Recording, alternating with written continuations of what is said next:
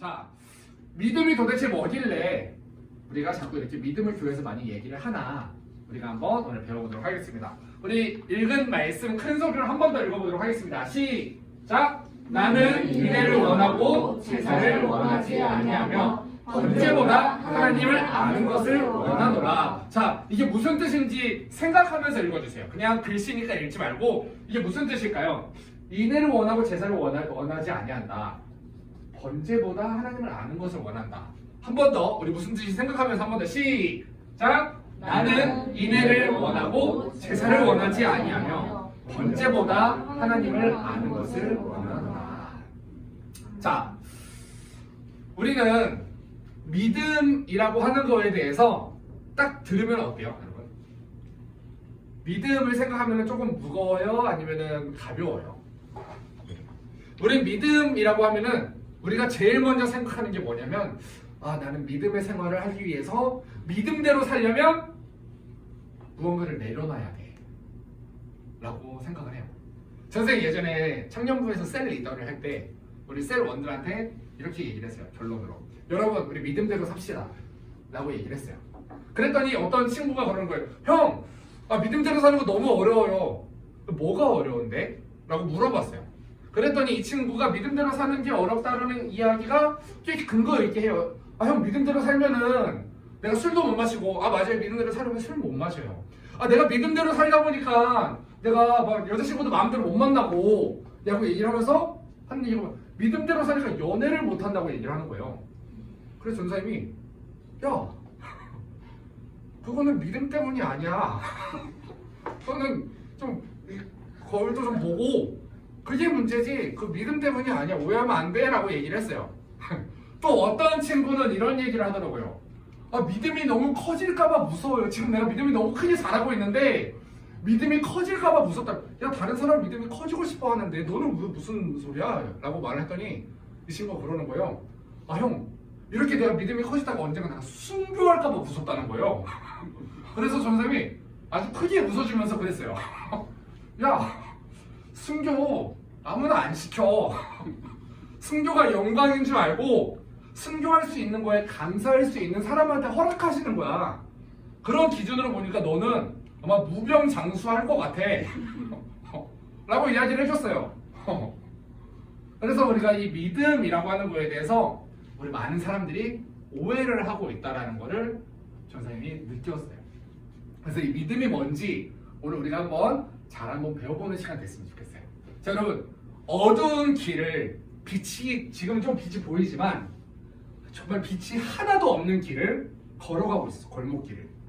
예전에 생각해봐요. 골목길을 걸어가고 있는데 뒤에서 이런 소리가 나는 거예요. 그러면서 한 실루엣이 보이기 시작하는데 딱 보니까 남자야. 근데 저 사람의 얼굴이 보이잖아. 근데 뭔가 나에게 가까이 오는 듯한 느낌으로 다가와요. 그럼 여러분 어때요? 정말 빛이 하나도 없는 그런 곳에서 어둠만 가득한 곳에서 뒤에서 어떤 남자가 나를 쫓아오는 것 같아요. 어떤 느낌이에요? 두려운 마음이 들어요. 근데 저 사람은 나를 해칠 생각이 있을까요? 없을까요? 몰라요. 근데 보통은 없어요. 선생님 어렸을 때는 키가 좀 큰 편이었어요. 그래서 초등학교 5학년쯤 됐을 때 선생님이 이제 살던 동네가 시골이었거든요. 그래서 개들이 막 풀려서 막 지나다니는 그런 길이었어요. 그래서 8번 버스를 타고 내리면 한 10분 정도 안으로 골목으로 들어가야 집이 있어요. 그래서 이렇게 들어가고 있었는데 앞에 어떤 성인 여자분이 계시는 거예요. 선생님 초등학교 5학년. 근데 키는 컸어요. 전사님 그냥 빨리 화장실 가고 싶어가지고 빠른 걸음으로 갔는데 그분이 갑자기 걸음이 빨라지는 거예요. 그래서 뭐지? 왜 빨리 가지? 근데 그런 만큼 우리는 모르는 사람, 특히 모르는 남자가 내 뒤를 쫓아오기 시작하면 우리는 무서운 마음이 들기 시작해요. 왜 그럴까요? 저 사람이 나를 해칠 가능성이 0%가 아니기 때문에 그래요. 난 저 사람을 아직 믿을 수가 없어요. 저 사람이 나를 해치지 않는다고 믿을 수가 없어요. 근데 여러분 한번 생각을 해봐요. 아침에 잠을 자고 있었어요. 예서가 아침에 잠을 자고 있었어요. 엄마가 아침에 요리를 막 하다가 칼을 들고 먹을 걸 자르다가 예서가 학교 갈 시간이 된 거예요. 주방에서 이제 얘기를 해요. 전예서 일어나! 라고 얘기를 해요. 일어나요 바로? 네 엄마! 안 이러잖아요? 그래서 반응을 안 해요. 그래서 엄마가 얘가 죽었나 싶어가지고 이렇게 와서 봤어요. 안 죽었네? 자고 있네? 전예서 일어나라고! 라고 말해요. 예서가 뭐라 그래요? 이렇게 얘기를 해요. 엄마가 이제 그래서 살짝 이제 짜증이 조금씩 나기 시작하는 거예요. 그래서 들고 있던 이 칼을 가지고 와서 이제 예서를 흔들어 깨우기 시작합니다. 손에는 칼이 있어요. 전예서 일어나라고! 라고 말을 해요. 예서는 지금 어떻게 엄마 지금 겁대가리 칼 들고 있는 엄마한테 겁대가리 없이 뭐라 그래요? 알았다고! 근데 안 일어나요. 겁대가리 없이 칼을 들고 있는 엄마 앞에서 일어나질 않는 거예요. 엄마가 이제 뭐래요? 등짝을 이제 툭 때리면서 전예서 일어나라고!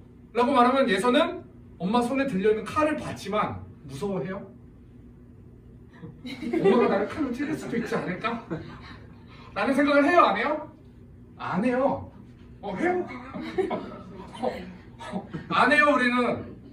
근데 여기서 예서는 엄마를 믿기 위해 또 노력한 적이 있어요. 엄마가 나를 칼로 찌르지 않을 거라고 난 믿을 거야. 엄마는 나를 칼로 찌르지 않을 거라고 난 믿어! 라고 하면서 믿은 적 있어요? 그런 적이 한 번도 없어요. 엄마가 손에 칼을 들고 있어도 저 칼로 나를 찌르지 않을 거라고 확실하게 믿기 때문에 겁대가리 없이 칼 들고 있는 엄마한테 짜증을 내는 거예요. 자, 한 번 더. 선생님이 A라고 하는 친구가 있어요. 여러분이 모르는 중학교 3학년짜리 친구가 있어요. 그 친구를 선생님이 아연이한테 데리고 왔어요. 아연아! 이 친구 좀 잘 좀 챙겨줘. 이 친구 우리 교회 잘 다닐 수 있게 좀 챙겨줘 라고 부탁을 했어요. 그리고 선생님 이 친구에 대한 정보를 뭐를 말해줬냐면 아연아 근데 이 친구 진짜 착해. 진짜 착해. 그러니까 너가 잘 데리고 놀아줘 라고 얘기를 했어요. 그리고 이제 아연이가 데리고 놀아주려고 이제 예서한테 데리고 갔어요. 예서한테 소개를 시켜주려고 데리고 갔어요. 그럼 뭐라고 말해요 예서한테? 예서야 이거 전사님이 소개시켜준 친구인데 이 친구 정말 착하다던데? 전사님이 그랬어. 지금 아연이가 경험을 했어요 착하다는 걸? 아니 몰라요 아직은. 경험해보지 않았어요. 근데 전도사님이 말해준 정보만 있어요. 착하다던데 이 친구? 그래서 예서한테 소개를 시켜줘요. 근데 셋이 같이 놀다 보니까 와 진짜 착한 거예요. 너무 착한 거예요. 그래서 이 착한 친구를 우리 가족한테도 소개시켜줘야지 하고 아빠한테 데리고 갔어요. 아빠! 이제 그때 뭐라고 말해요? 이 친구 착하다던데 라고 말해요? 아니에요. 그때부터는 아빠 이 친구 진짜 착해. 대박이야. 전생이 소개시켜주는데 전생보다 더 착해. 라고 막 말을 할 거예요. 그래서 우리가 이 믿음이라고 하는 거는 바로 경험에서 나오는 거예요. 우리가 믿기 위해 노력을 하는 게 아니라 믿음은 경험을 하다 보면 자연스럽게 생기는 거예요. 네. 우리 따라해볼까요? 믿음은 정보가 아니라 관계입니다. 자, 믿음은 뭐라고요? 관계라고. 우리가 예수님이 어떤 분인지 머리로 아는 것도 중요하지만 머리로 알았으면 뭐를 해야 돼요? 경험을 해야 돼요. 예수님이 어떤 분인지 알아가다 보면 점점 이 관계가 쌓이는 거예요.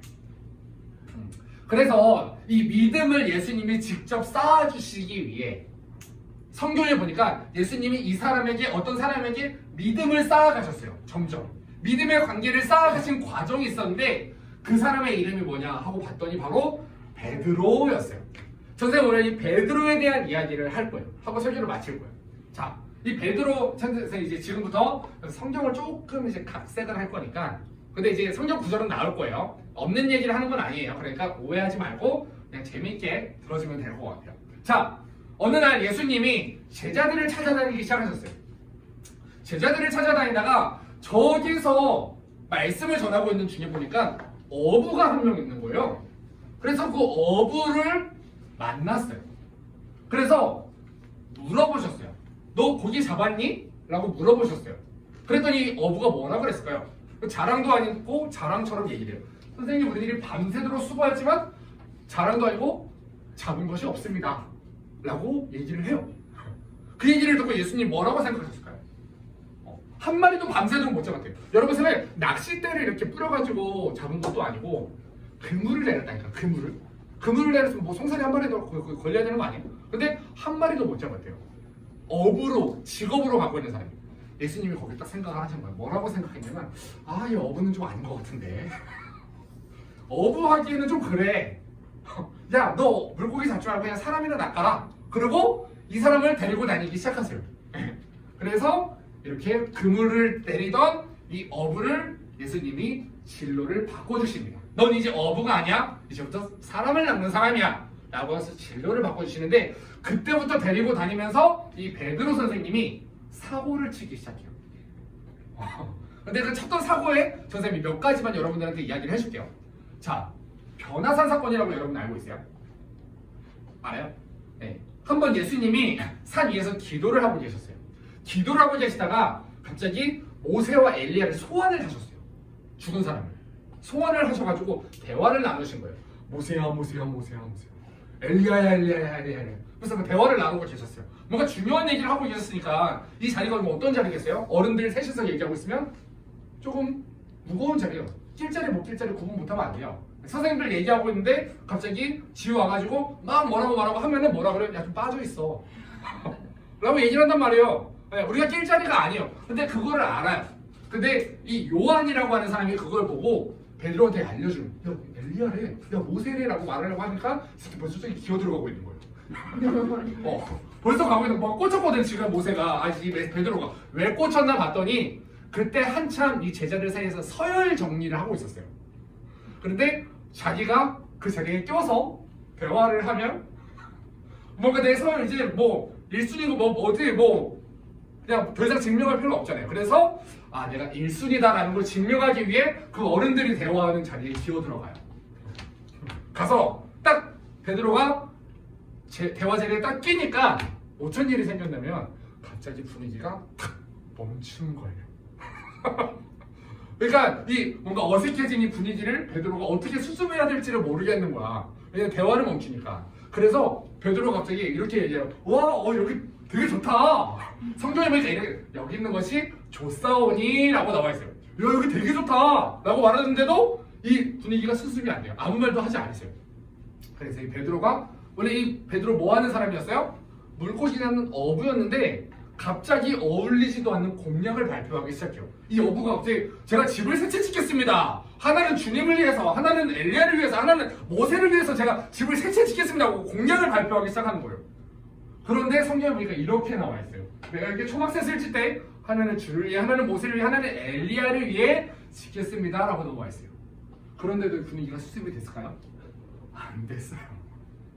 그런데 성경에 그 성경을 기록한 기자가 뭔가 사건이니까 기록을 시작을 했는데 마무리를 줘야 될 것 같단 말이에요. 여기서 끝내기 좀 그렇잖아요. 근데 여기서 뭐라고 결론을 짓냐면 지가 무슨 말을 하는지 지도 몰랐더라 라고 결론을 지어요. 그러니까 베드로는 좀 이런 성격의 사람이었어요. 낄 자리 못 낄 자리 구분 못하고 좀 나대는 스타일. 그리고 이 베드로가 언젠가 한번 예수님한테 와서 예수님 물어보세요. 너희는 나를 누구라고 생각하냐? 라고 물어보세요. 그랬더니 베드로가 뭐라 그랬는지 알아요, 여러분? 주는 그리스도시요 살아계신 하나님의 아들이십니다 라고 고백을 해요. 그랬더니 예수님이 거기서 확 꽂혀가지고 이야 너 대단하다 하면서 칭찬을 했어요. 야 그건 너가 사람의 지식으로 안 게 아니야 하나님이 너한테 알게 하신 거야 라고 칭찬을 막 하셨는데 이 베드로 선생님이 딱 칭찬을 들으니까 이제 이성이 마비가 되기 시작한 거예요. 그래서 막 마비가 된 상태에서 예수님을 건들면 안 되는 타이밍에 건들던 거예요. 그게 무슨 얘기냐면 예수님이 처음으로 제자들한테 얘기하시거든요. 뭐라고 얘기하시냐면 야 이제 내가 죽을 거야. 예수님 지금 되게 예민해요. 왜? 내가 곧 죽을 거거든. 그리고 이제 살아날 거야 라고 하는 거를 처음으로 제자들에게 말씀하셨어요. 지금 되게 예민한 상태예요. 근데 그 얘기를 듣고 베드로가 어떻게 반응을 했을까요? 베드로 또 의리가 또 있잖아요. 그래가지고 이 얘기를 듣고 서운한 거예요. 주님 말도 안 됩니다. 그렇게 하지 마세요. 네, 제가 설령 주님이 그렇게 죽는다고 할지라도 내가 죽는 자리까지 쫓아가겠습니다 라고 얘기를 해요. 네. 그랬더니 예수님이 거기서 한번 폭발을 하시는데 이제 이름도 안 부르시고 뭐라고 하세요? 사단아 라고 말을 하세요. 그러니까 완전 거기서 박살이 나요. 그리고 완전히 의기소침해진 베드로가 마지막 사고를 치는데 그 사고가 뭐냐면 바로 말고라고 하는 사람이 있는데, 자, 성경 한번 읽어볼게요. 시작! 시몬 베드로가 칼을 가졌는데 그것을 빼어 대제사장의 종의 귀를 쳐버렸어요. 그 종의 이름은 말고라. 예수님 지금 스케줄 많았거든요. 해야 될 게 많아요. 지금 이제 예루살렘에 입성하셔서 십자가의 길 하나하나 차근차근 이루어야 될 일이 많은데, 그 바쁜 와중에 뒤에 보니까 지금 베드로가 사고를 벌써 친 거야. 그러니까 자기 제자니까 어떻게 수습을 해야 되잖아요, 자기가. 그래서 그 바쁜 와중에 길 찾아가지고 이거 붙여주고 가느라고 완전 한번 짜증이 나셨어요. 그래서 베드로한테 뭐라고 짜증을 내셨냐면, 아, 칼로 시작하지 않아 칼로 망한다고 라고 말하면서 예수님이 짜증을 내십니다. 그렇게 사고를 친 베드로가 여기서 어떻게 해요? 도망을 가고 그래요. 내가 죽기까지 따르겠다라고 했던 그 예수님을 버리고 도망을 가요. 근데 도망가고 나니까 하루가 지나고 밤을 지냈는데 예수님이 생각이 나요. 어떻게 하고 계실까 싶어서 예수님이 뭐 하고 계시는지 이렇게 가봤어요. 그런데 한 여자아이, 계집 종이 와가지고 뭐라고 물어봤어요? 야, 너 예수랑 같이 있었지? 라고 물어봤어요. 이 사람아, 난 무슨 소리 하는지 모르겠어.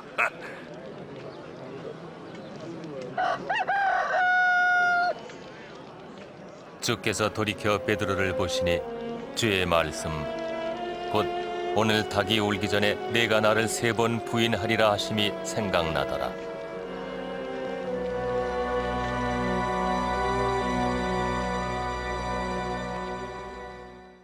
이렇게 예수님을 떠나버렸습니다. 자, 여기서부터 우리 이제 베드로가 한번 대보자고요. 베드로의 입장에 대해서 한번 생각을 해보자고요. 베드로가 숨었어요. 그리고 시간이 하루가 지나고 이틀이 흘렀어요. 근데 소문이 들려요.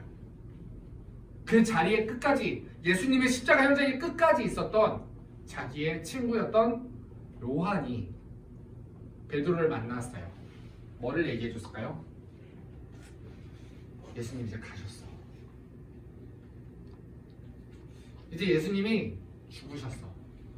죽으실 때 이렇게 이야기하셨어. 그 이야기를 들은 베드로의 마음이 어땠을까요? 내가 그때 주님을 떠나지 않았다면 안 죽을 수도 있지 않았을까? 우리 선생님이 라는 생각을 했을 것 같아요. 그런데 더 큰 문제가 생겼어요. 내가 버리고 도망갔던 그 선생님이 다시 살아났다는 거예요. 우리한테는 기쁜 소식이지만 베드로의 입장에선 이건 청천벽력 같은 소리예요. 거기서 이제 베드로가 모든 것을 다 포기하고 그 낯을 들고 예수님을 볼 낯이 없어가지고 뭐라고 얘기를 하냐면, 아휴, 나 따위가 무슨 사람을 낳는다고, 나 주제에 무슨, 완전한 절망으로 빠졌어요. 그 베드로가 여기서 한마디 이야기를 합니다. 야, 나 이제 그냥 고기나 잡으러 갈래. 내가 무슨 사람이냐? 내가 무슨 뭘 한다고? 내가 뭐 얼마나 위대한 일을 한다고? 아, 나는 쓰레기야. 나 그냥 사람이나 고기나 낚으러 갈래. 나 어부 다시 하러 갈래. 그리고 옛날 모습으로 완전히 돌아가 버렸어요. 그래서 완전히 낙담하고 있었던 그 제자들, 예수님을 다시 볼 낯이 없어서 예수님에게 다시 다가오지도 못하는 그 제자들을 향해 예수님이 찾아오셨어요. 저 멀리서 한 가지 엄청난 기막힌 상황을 연출을 하시는데, 똑같이 예수님을 처음 만났을 때처럼 물고기를 한 마리도 잡지 못하는 상황이 연출이 됩니다. 그리고 예수님이 멀리서 말씀을 하세요. 너희에게 고기가 있느냐? 한 마리도 없습니다. 오른편에 던져봐라. 오른편에 그물을 던졌는데 어떻게 됐어요? 153마리의 물고기가 잡혀버린 거예요. 그 상황을 본 요한은 저분이 예수님이구나라는 걸 알고 있었어요. 근데 이 요한은 베드로를 쭉 지켜보고 있었거든요. 누구보다 힘들어하고 누구보다 절망에 빠져 있었던 그 베드로를 지켜보고 있었어요. 그 베드로에게 이야기를 해줍니다. 야, 베드로, 저분 예수님이야. 예수님 오셨어. 라고 얘기를 해요. 근데 이 베드로가 여기서 어떤 반응을 보이냐면 무언가에 홀린 사람처럼 겉옷을 두르고 바다로 뛰어내려가요. 휘적휘적 물을 저으면서 자기는 예수님 볼 낯이 없는데 그냥 정말 몸이 반응을 해서 예수님한테 자기를 끌고 가는 거예요. 자기가 가고 싶지 않은데 만나기가 두려운데 근데 자기를 자꾸 끌고 가는 거예요. 왜? 너무 보고 싶기는 했거든요. 볼 낯이 없어서 못 보고 있었는데 너무 크게 보고 싶었었거든요. 근데 어떤 선교사님이 여기서 베드로가 도착했을 때 예수님이 떡과 고기를 굽고 계셨거든요. 근데 어떤 선교사님이 이렇게 이야기를 하더라고요. 이거를 묵상하면서 이렇게 얘기를 하더라고요. 치킨을 굽지 않아 주셔서 감사합니다 라고 얘기를 하더라고요. 뭔 소리야? 치킨 말씀을 좀 장난치나? 뭐 이런 생각을 했어요. 근데 치킨을 굽지 않아 주셔서 감사하다는 게 무슨 말인지 그 이유를 들어보니까 이렇게 얘기를 하더라고요. 떡과 고기가 아니라 치킨을 굽지 않아 주셔서 감사하다는 건데 예수님 얘를 생각해봐요. 여러분들 베드로가 도착을 했어요. 베드로한테 예수님이 그렇게 말씀하시죠. 치킨을 구우시다가 왔어? 그래서 앉아있어. 거진 다 익었어. 그래서 열심히 다 구우세요. 다 굽고 나서 다 익었네 하고서 이렇게 베드로 야 먹어. 여기서 뭐라고 하냐면 야 기억나냐? 너가 나 부인한테 그 울던 그 놈이야. 부활해서 왔는데 이거 아직도 울고 있더라고. 라고 하지 않아주셔서 감사하다는 거예요. 그래서 이게 뭔 말인가 라고 하면서 그 깊이 있는 얘기를 더 들어보니까 지금 이 상황 여러분 어떤 상황이에요? 베드로 지금 누구보다 자기가 알아요. 내 양심에서 소리치고 있단 말이에요. 야 네가?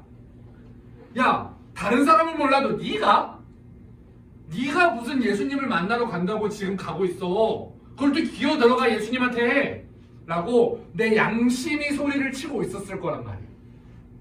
근데 그 예수님한테 과거에 너가 나를 부인했던 그 잘못을 물어보지 않고 그리고 그 베드로에게 다시 한번 기회를 주고 싶으셨던 거예요. 그리고 그랬던 베드로에게 예수님이 딱 한 가지 질문을 던지십니다. 너 나 사랑하니? 여기서 베드로 뭐라 그랬을까요? 여러분 이런 딜레마에 빠져본 적 있어요? 사랑한다고 말은 하고 싶은데 사랑하기는 하는데 사랑한다고 말하자니 지금 내 꼬라지가 말할 수 있는 상황이 아닌 거예요. 이 딜레마에 서본 적 있어요? 여기서 베드로가 뭐라고 말했냐? 주님을 사랑한다고 말은 하고 싶은데 말할 수 없는 자기 모습을 보면서 뭐라고 말했냐면 주님 다른 사람은 다 몰라도 주님은 아시잖아요.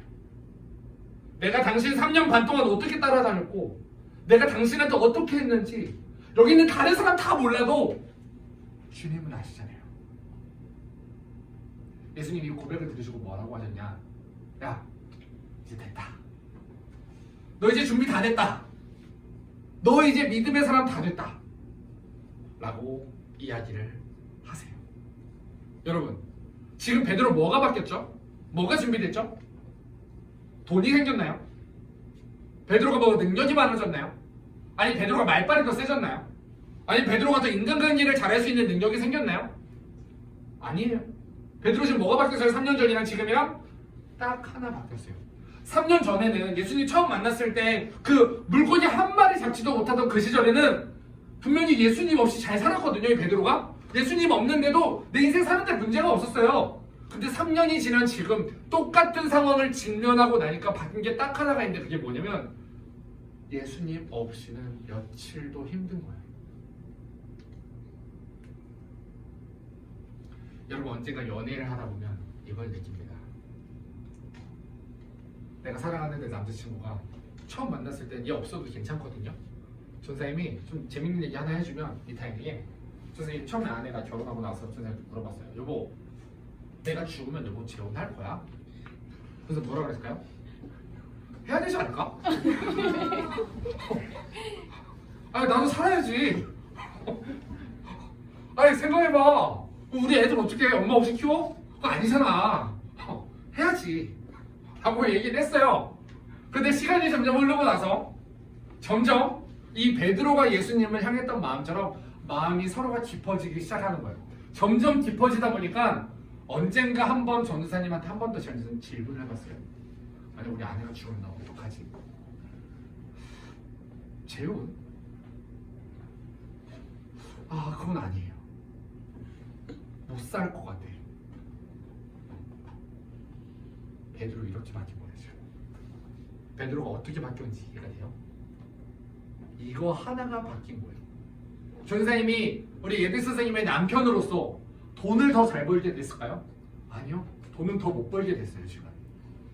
전사님이 우리 예비 선생님의 남편으로서 더 뭐 잘생겨졌을까요? 아니요. 살이 더 쪘어요 지금. 근데 남편으로서 더 중요한 자격을 갖게 됐어요. 뭐예요? 이젠 이 사람이 없으면 안 돼. 이거 하나 바뀐 거예요. 그거 보고 예수님이 베드로한테 뭐라고 하셨어요? 야 이제 됐다. 너 이제 사역할 준비 됐다. 너 이제 은혜 받을 준비 됐다. 이제 나가도 되겠다 라고 말씀하셨고, 이게 예수님의 제자 훈련 막바지였어요. 여러분, 자, 이 마음을 가지고 오늘 본문 말씀 한 번 더 볼까요? 무슨 말씀이신지 이해가 돼요? 이 말씀이 무슨 말인지 이해가 돼요? 하나님이 우리에게 진짜 원했던 게 뭔지 알겠어요? 그 마음 가지고 한 번 읽어볼게요. 시작! 나는 인애를 원하고 제사를 원하지 아니하며 언제보다 하나님을 아는 것을 원한다. 여러분 지금 이 드리는 예배 되게 중요하잖아요. 조금 극단적인 발언하면 하나도 안 중요해요. 교회 와서 이렇게 백날 첫날 예배 드려도 이건 마치 하나님이 받고 싶으신 예배가 아니라 우리가 드리고 싶은 예배인 거예요. 하나님은 우리의 행함과 능력을 보고 싶어 하지 않으세요. 한번 우리 아동부 선생님들이 전생한테 그런 얘기를 하셨어요. 우리 학생부 애들이 주일 예배 때, 2부 예배 때 찬양을 좀 하면 안 될까요? 이러시는 거예요. 전생 여러분들한테 그 얘기 했어요? 안 했어요? 전달 안 했죠? 한 번도 한 적 없죠? 왜 안 했겠어요? 아니에요. 저는 애들 찬양 그렇게 안 시키고 싶어요. 교회에서 애들 일 안 시키고, 일 안 해도 돼요. 교회 사역 안 해도 돼요. 교회 찬양팀 없어도 잘 굴러가요. 성가도 없어도 교회 너무 잘 굴러가요. 더 잘 굴러갈걸요? 목사님 없으면 어떨까요? 더 잘 굴러갈걸요? 전도사님 없으면 어떨까요? 더 잘 굴러가요. 교회 절대 사람이 움직이는 거 아니에요. 근데 교회 없으면 안 되는 게 하나 있어요. 뭐예요? 하나님 안 계시면 안 돼요. 하나님 안 계시면 거기 그냥 교회 아니에요. 자, 이제 설교 마무리하겠습니다. 이 믿음의 절대적 기준이 선생님 오늘 4가지로 결론을 내려봤어요. 자, 우리 큰 소리로 한번 읽어볼게요. 예수님이 나에게 어떤 의미인지 아는 사람. 시작! 예수님이 나에게 어떤 의미인지 아는 사람. 자, 베드로 처음 예수님 만났을 때 예수님 어떤 분인지 알았을까요? 몰랐어요. 그냥 뭔가 대단하신 분이라고만 생각했지 예수님이 나에게 어떤 의미가 있는 분은 아니었어요. 전사님한테 우리 예서 웃고 있어가지고, 전사님한테 우리 예서는 이제는 상당히 큰 의미예요. 너무 전사님이 사랑하고 너무 아끼는 우리 학생이에요. 근데 처음 만났을 때부터 그랬을까요? 처음 자신감이 아주 그냥 처음 만났을 때 그냥 학생 중 한 명이었어요. 그냥 안 오면 마이너스 1, 오면 플러스 1. 근데 지금은 그런 의미가 아니야. 두 번째 함께 읽어볼게요. 시작! 예수님 없이는 살 수 없는 사람. 굉장히 중요해요. 믿음 있는 사람이라는 어떤 사람이냐면 찬양인도 하고 막 기도 잘하고 뭔가 금식하고 막 이런 사람이 아니에요. 예수님 없이는 살 수가 없는 사람이 바로 믿음이 있는 사람이에요. 세 번째 읽어볼까요? 시작! 이제는 예수님밖에 믿을 분이 없는 사람. 이전에 베드로는 믿을 게 많았어요. 전에도 얘기했지만 베드로 부잣집 아들이었어요. 그 당시에 어부를 고용해서 자기 배를 가지고 있었던 사업장을 운영하는 사람이었단 말이에요. 부자였어요. 믿을 게 많았어요. 근데 그거 다 버리고 나니까 이제는 뭐밖에 남은 게 없어요? 예수님밖에 남은 게 없는 거예요. 자기 믿을 대상이 예수님밖에 없는 거예요. 그 배를 다시 가지고 물고기를 다시 잡아봤지만 이제는 이 배가 나한테 의지가 되지 않아요. 이걸 마지막 제일 중요한 거. 큰 소리로 읽어볼게요. 시작! 예수님 아니면 아무것도 아니자. 이게 바로 믿음의 사람이에요. 전사님이 처음에 사역을 시작하면서 전사 절대 사역 안 하려고 그랬어요. 왜 안 하려고 그랬을까요? 전도사 안 해. 왜? 나를 만나는 우리 성도들이 너무 불쌍해서. 나 따위가 무슨 사역이야. 나 같은 놈이 무슨. 지금도 그 생각은 변함없어요. 지금도 계속 고민 중이에요. 동화 건드려서 그래요. 자, 전사님이 그렇게 생각하고 이젠 사역 안 해야지 라고 생각하고 살고 있었어요. 그런데 전사님의 삶에 한 가지 문제가 터지기 시작했어요. 내가 만나서 관계하던 모든 사람들과의 관계가 끊어지고 이제는 하나님 말씀대로 살고 싶어서 전사님 진짜 기도 많이 했거든요. 전사님 19살 때부터 23살까지 4년 동안 철야 기도를 했어요. 새벽 3시까지 하루에 8시간씩 기도해야지 하면서 그때 막 8시간 기도하면 열방을 변화시킬 수 있을 줄 알았어요. 그래서 하루에 8시간씩 기도했어요. 4년 동안. 근데 그렇게 하고 나서 하나님 말씀대로 살아야지 하고 나서 결론을 보니까 말씀대로 살고 있는 내가 아니었어요. 결론이 뭐냐면 나 이제 말씀대로 살 수 없어. 내가 살아보려고 노력했는데 내 육신의 정욕 하나 이길 수 없는 사람이야. 이런 내 모습을 보고 완전히 절망해버렸어요. 그러다가 엎친 데 덮친 격으로 만나고 있었던 모든 인간관계가 다 끊겨버렸어. 어떤 오해로 인해서. 그런데 그리고 나서 존쌤의 삶을 돌아봤는데 내가 하루에 8시간씩 기도 생활하면서 그렇게 열심히 신앙생활 했는데 내 인생에 남은 게 뭐지? 이제 말씀대로 살 수 없다라는 결론만 남은 거예요. 그리고 그때 전쌤 인생의 소망이 없어지고 하나님 앞에 기도했어요. 하나님, 내가 이제 말씀대로 살고 싶어요. 내가 지금 다른 거 기도하는 게 아니라 말씀대로 살고 싶다고요. 나 좀 말씀대로 살게 해주세요 라고 하는데 하나님 응답을 안 하는 거예요. 나는 죽었구나. 내 인생의 전부인 줄 알았다고 하나님이 죽었다고 생각하고 나니까 더 이상 살아야 될 소망이 없더라고요. 그래서 죽으려고 전사님이 자살을 하는데 죽어지지도 않는 거예요. 그런 내 모습을 바라보는데 나 이제 어떻게 살아라는 거지? 그러고 있었어요. 근데 그러던 전도사님한테 찾아오신 예수님은 전사님의 인생을 크게 변화시켜 주신 분이 아니었어요. 그러고 있는 가운데 전사님한테 찾아오셨던 예수님은 너가 그럼에도 불구하고 너가 지금 아무것도 남지 않았음에도 불구하고 너가 지금 인생의 벼랑 끝에 서 있음에도 불구하고 내가 너를 사랑한다는 거였어요. 그 예수님을 만나고 나니까 전사님이 내가 잘나서 사역하겠다는 생각이 없어지더라고요. 조금 교만한 얘기 하나 해보면 전사님 말 잘하잖아요. 저 찬양도 잘하잖아요. 전사님 설교도 전사님 들어가도 은혜가 돼요. 교만하죠? 재수없었다. 근데 이거 솔직히 아무 쓸모가 없어요. 말 아무리 잘해도 사역 아무리 잘해도 아무리 능력 있고 돈이 많아도 아무리 내가 할 수 있는 게 많아도 이제 전사님한테 딱 하나가 바뀌었는데 뭐가 바뀌었냐면 예전에는 내가 기도하는 그 능력으로 해야지 이거였어요. 이제는 아니에요. 이제는 내가 할 수 없다라는 고백만 덩그러니 덩그러니 남아있어요. 앞으로도 이 고백 하나만 남아있을 것 같아요.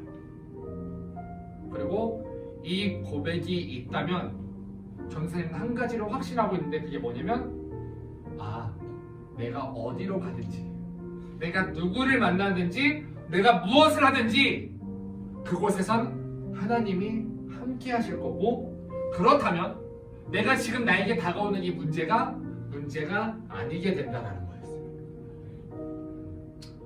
그래서 여러분들에게 도전하고 싶어요. 뭐냐면 믿으려고 노력하지 않아도 돼요. 믿기 위한 노력은 하지 않아도 돼요.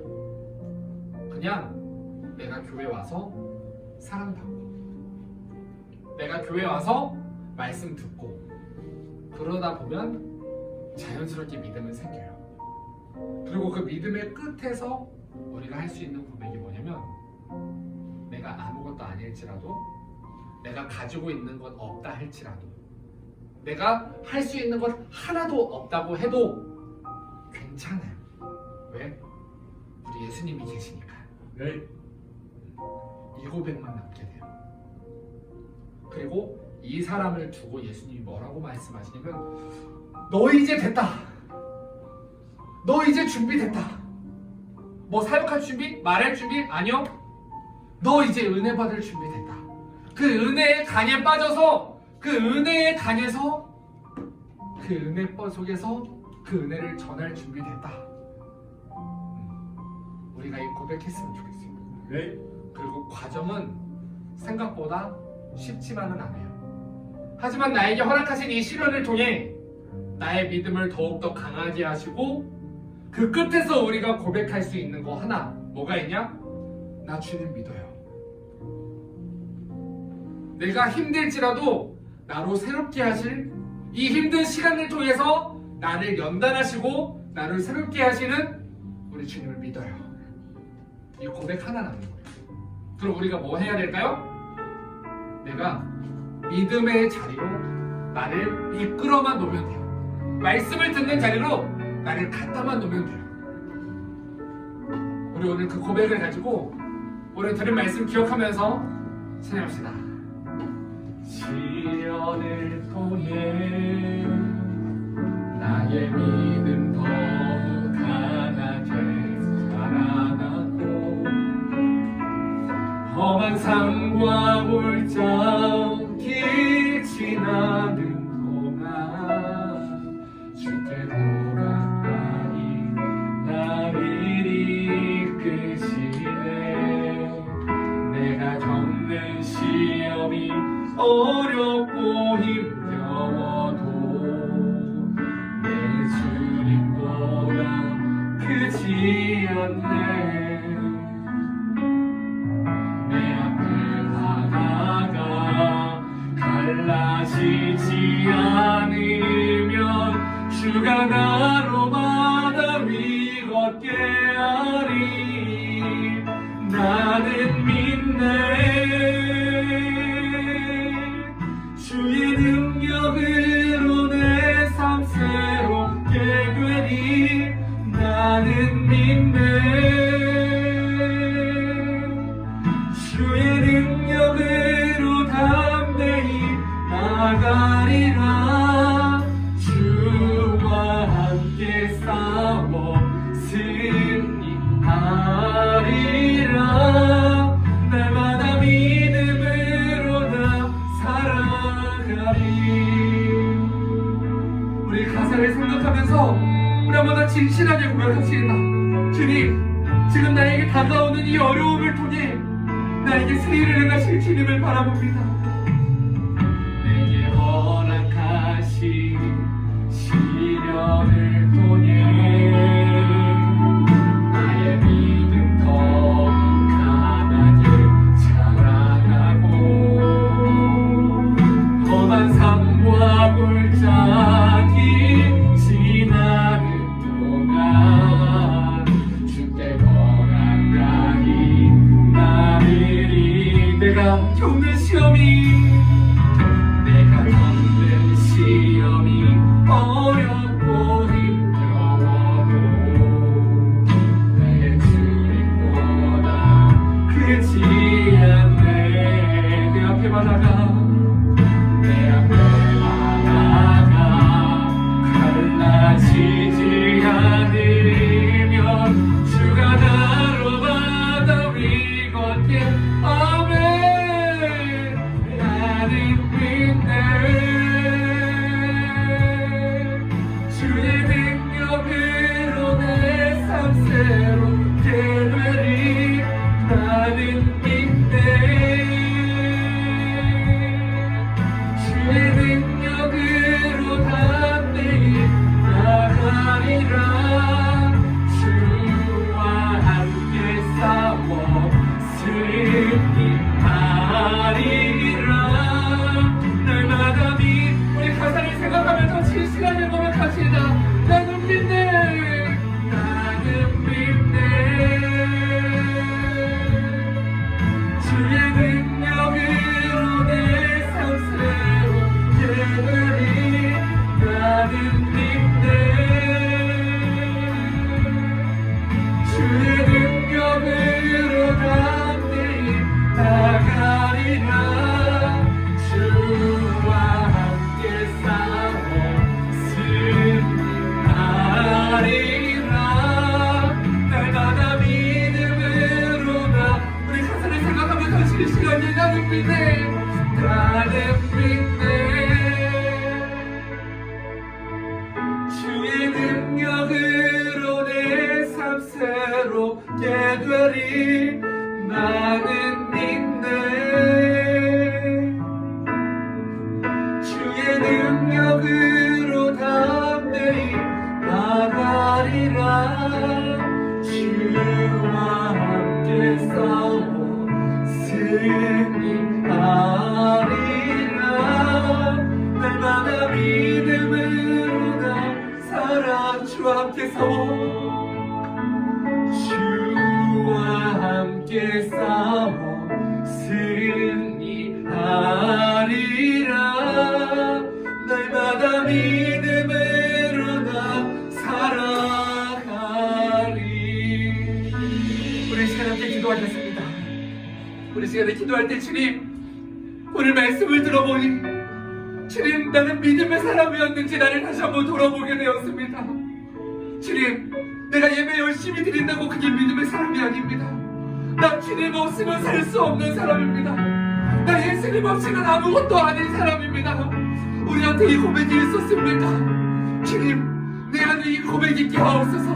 나 이제부터 주님 없이는 살 수 없는 사람들이 하옵소서. 주님, 나를 그렇게 만들어 달라고 우리 진실하게 주여 세 번 부르고 기도하겠습니다. 주여,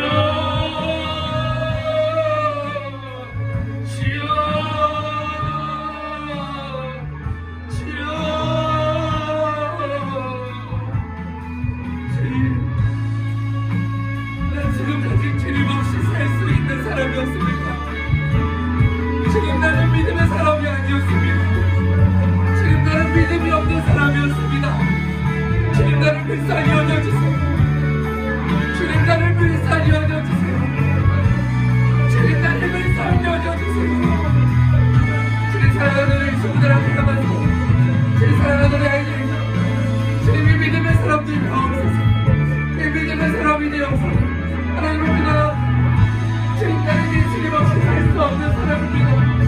고백하게 하옵소서. 주님, 주님의 고백이 나의 고백이 되게 하옵소서. 주님의 고백이 나의 고백이 되게 하옵소서. 주님, 베드로와 같이 난 이제 주님 없이는 너무 힘들어요. 이 고백에 대한 넘치게 하옵소서. 예수님 이름으로 기도합니다. 아멘.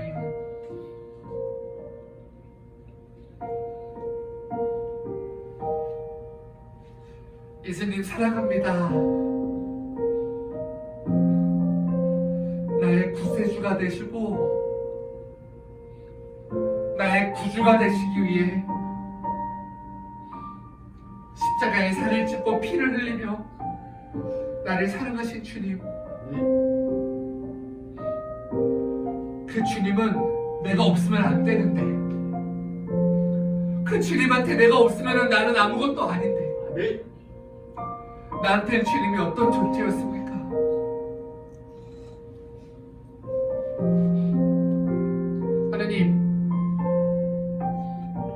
나는 하나님 때문에 기쁜데 하나님은 나 때문에 기쁘셨습니까? 나 때문에 슬퍼하지 않으셨습니까? 나같이 아무것도 아닌 존재를 위해 하나밖에 없는 아들의 죽음을 아무 말도 하지 않고 버티며 바라보셨던 주님, 나한테 그 주님은 전부이십니다. 나한테 그 주님은 모든 것 되십니다. 나의 구세주가 되신 우리 주님을 나도 사랑하기 원합니다. 우리 주님 나를 사랑하신 것처럼 나도 주님을 사랑하기 원합니다. 주님, 나에게 믿음을 허락하여 주시옵소서. 나를 사랑하신 예수님을 믿을 수 있는 믿음을 주님 내 안에 허락하여 주시옵소서. 주님, 내 힘으로 할 수 없습니다. 그래서 절망 가운데 빠져있는 우리에게 하나님 오늘도 말씀하십니다. 사람으로는 할 수 없으되 하나님으로서는 하실 수 있느니라. 오늘 하나님이 나에게 행하실 그 일들을 우리가 기대합니다. 오늘 내게 믿음으로 행하실 일들을 기대합니다. 내가 예수님을 사랑하는 마음으로 나아갈 그 날들을 기대합니다. 주님, 오늘 이제 남은 2번의 예배 시간을 통해서 나를 그렇게 만들어 주시옵소서. 오늘 이 수련회 끝나는 시간까지 오늘 들려지는 한 말씀 한 말씀이 우리의 귀를 통해 마음에 새겨지게 하시고 이 말씀을 통해 회복되고 살아나는 그런 시간 되게 하여 주시옵소서. 그렇게 행하신 우리 주님께 모든 감사와 영광과 찬양 올려드리오며 예수님의 이름으로 기도하옵나이다. 아멘. 오늘 우리 예배 시간에 영광의 박수 올려드립시다. 할렐루야.